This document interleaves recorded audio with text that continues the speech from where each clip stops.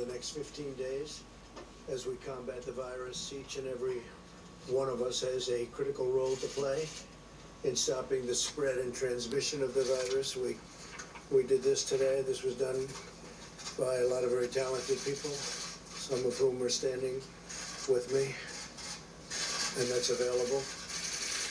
And Dr. Birx will be speaking about that in just a few minutes. It's important for the young and healthy people to understand that while they may experience milder symptoms, they can easily spread this virus, and they will spread it indeed, putting countless others in harm's way. We especially worry about our senior citizens. The White House Task Force meets every day and continually updates guidelines based on the fast evolving situation that this has become all over the world. It's all over the world. It's incredible what's happened in such a short period of time. On the guidelines of the task force, the new modeling conducted by Dr. Birx, and our consultation with governors, we've made the decision to further toughen the guidelines and blunt the infection now. We'd much rather be ahead of the curve than behind it, and that's what we are. Therefore, my administration is recommending that all Americans, including the young and healthy, work to engage in schooling from home when possible, avoid gathering in groups of more than 10 people, avoid discretionary travel, and avoid eating and drinking at bars, restaurants, and public food courts. If everyone makes this change, or these critical changes and sacrifices now, we will rally together as one nation, and we will defeat the virus, and we're going to have a big celebration all together. With several weeks of focused action, we can turn the corner and turn it quickly. A lot of progress has been made. I'm also pleased to report today that a vaccine candidate has begun the phase 1 clinical trial. This is one of the fastest vaccine development launches in history.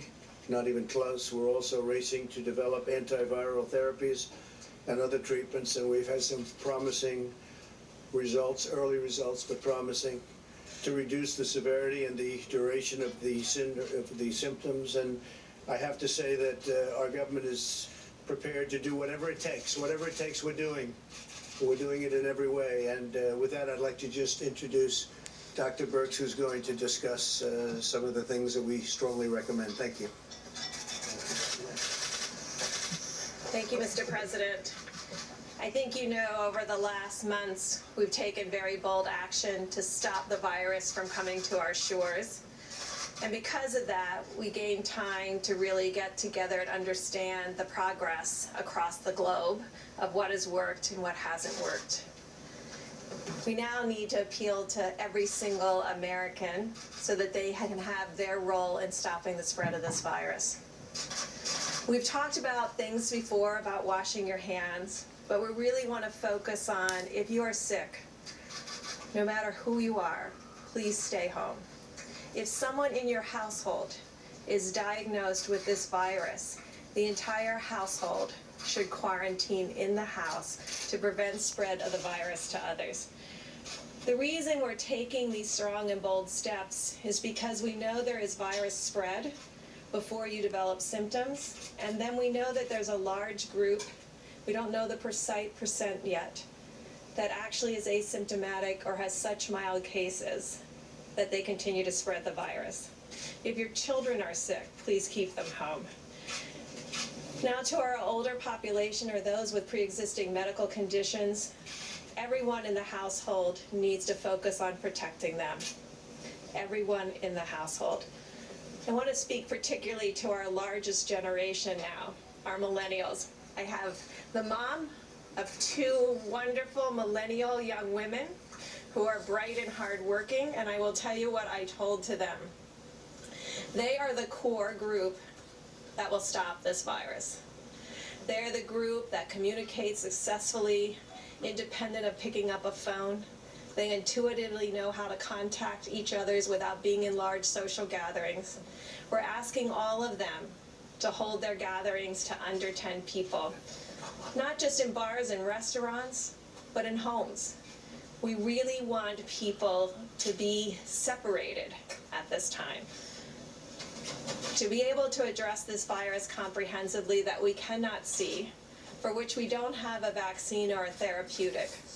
The only thing we have right now is the amazing ingenuity and compassion of the American people. We're appealing to all Americans to take these steps, to protect each other, and to ensure that the virus doesn't spread. These guidelines are very specific, they're very detailed. They will only work if every American takes this together to heart and responds as one nation and one people to stop the spread of this virus. Thank you.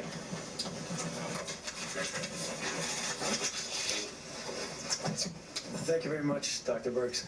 So just to connect with what I mentioned to you in previous discussions in this room, and Dr. Birx said it very well, that in order to be able to contain and curtail this epidemic to not reach its maximum capability, we have a two-pillar approach, one of which I believe has been very effective in preventing the substantial seeding, and namely the travel restrictions that we've discussed many times in this room. The other, equally, if not more important, is when you have infection in your own country, which we do, and I could read the numbers, but they're really essentially what we've seen yesterday, incremental increases both globally as well as in the United States with the curve doing that. So therefore, the kinds of things that we do are containment and mitigation. What we're mentioning now, the guidelines, when you look at them carefully, I believe if the people in the United States take them seriously, because they were based on some rather serious consideration back and forth, some may look at them and say they're going to be really inconvenient for people. Some will look and say, well, maybe we've gone a little bit too far.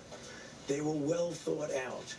And the thing that I want to re-emphasize, and I'll say it over and over again, when you're dealing with an emerging infectious diseases outbreak, you are always behind where you think you are if you think that